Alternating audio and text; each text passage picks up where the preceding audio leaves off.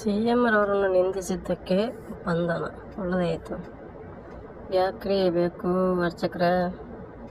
ಸುಮ್ಮನೆ ಕೂತ್ಕೊಂಡು ಪೂಜೆ ಮಾಡೋದು ಬಿಟ್ಟು ಯಾವುದೋ ರಾಜಕೀಯ ಪಕ್ಷಕ್ಕೆ ಬಕೆಟ್ ಹಿಡಿಯೋಕ್ಕೆ ಹೋಗ್ತೀರ.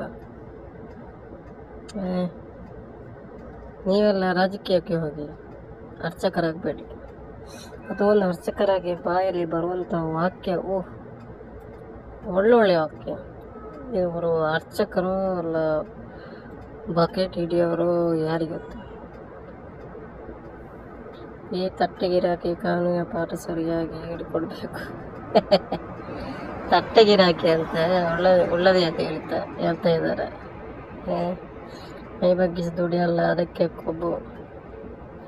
ಈ ಥರ ಹೇಳಿಕೆ ಕೊಟ್ಟರೆ ಮಟ್ಟ ಬಿಡ್ತಾರೇನ್ರಿ ಜನಗಳು? ಹೋಗಿತಾರೆ, ನಿಮಗೆ ಉಗಿತಾರೆ ನೋಡಿ ಏನೆಲ್ಲ ಹಾಕಿದ್ದಾರೆ ಅಂತ.